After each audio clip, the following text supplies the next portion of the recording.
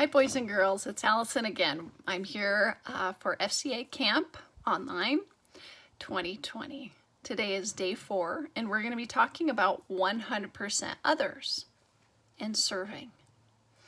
So the verse today comes from Mark 10:45. For even the Son of Man came not to be served, but to serve others and to give his life as a ransom for many. In our last meeting, we talked about the importance of surrounding ourselves 100% with the right team. But then what? Do you simply live happily ever after, or is there a greater purpose behind this whole journey? The answers are no and yes. No, you don't just take what you've gained from your relationship with Christ and keep it to yourself. And yes, there is a much greater purpose behind this whole journey, far greater than we can imagine.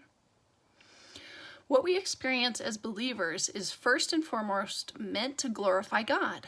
And second, it's meant to lead a life of extending hope to those around us, so we might have the opportunity to share the gospel and bring them into God's family.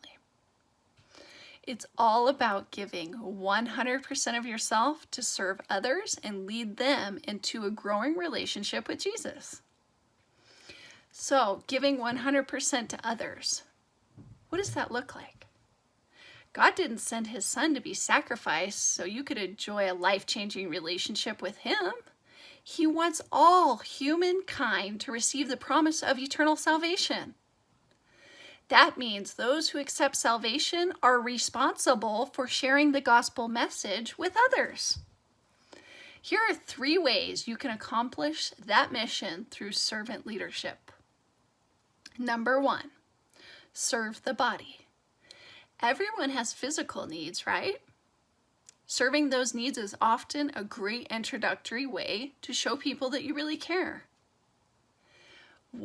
This quote I'm going to read to you comes from James 2:14 through 17. This verse I'm going to read. It says, "What good is it, dear brothers and sisters, if you say you have faith but don't show it by your actions? Can that kind of faith save anyone?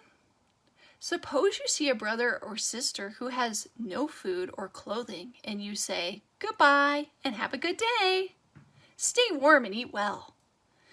But then you don't give that person any food or clothing? What good does that do?" So you see, faith by itself isn't enough. Unless it produces good deeds, it is dead and useless. That's from James 2:14 through 17. So number 2, how can we give 100% to others? We can serve the soul. There's nothing more powerful than a kind, encouraging word. If you want to make a difference in someone's life, find ways to speak to their heart through their emotions. In Ephesians 4:29, it says this, "Don't use foul or abusive language. Let everything you say be good and helpful, so that your words will be an encouragement to those who hear them." Again, that's from Ephesians 4:29. The third way we can give 100% to others is serving the Spirit. Ultimately, the most important thing you can do for anyone is to bring them into a relationship with God and help him or her grow closer to them through discipleship. So in Acts 20:24, it says this, "But my life is worth nothing to me unless I use it for finishing the work assigned me by the Lord Jesus, the work of telling others the good news about the wonderful grace of God." Again, that was Acts 20:24. As you step out of your comfort zone, God will give you opportunities to be a blessing to those around you and begin to fulfill the call to be more like Jesus. In Mark 10:45, it says this, "For even the Son of Man came not to be served, but to serve others and to give his life as a ransom for many."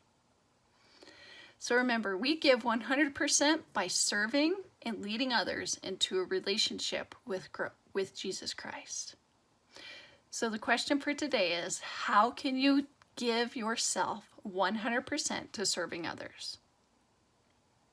Number 2, how can you find ways to nurture relationships with others and helping them in their walk and their faith? God bless you, and thank you for joining us for FCA Camp 2020.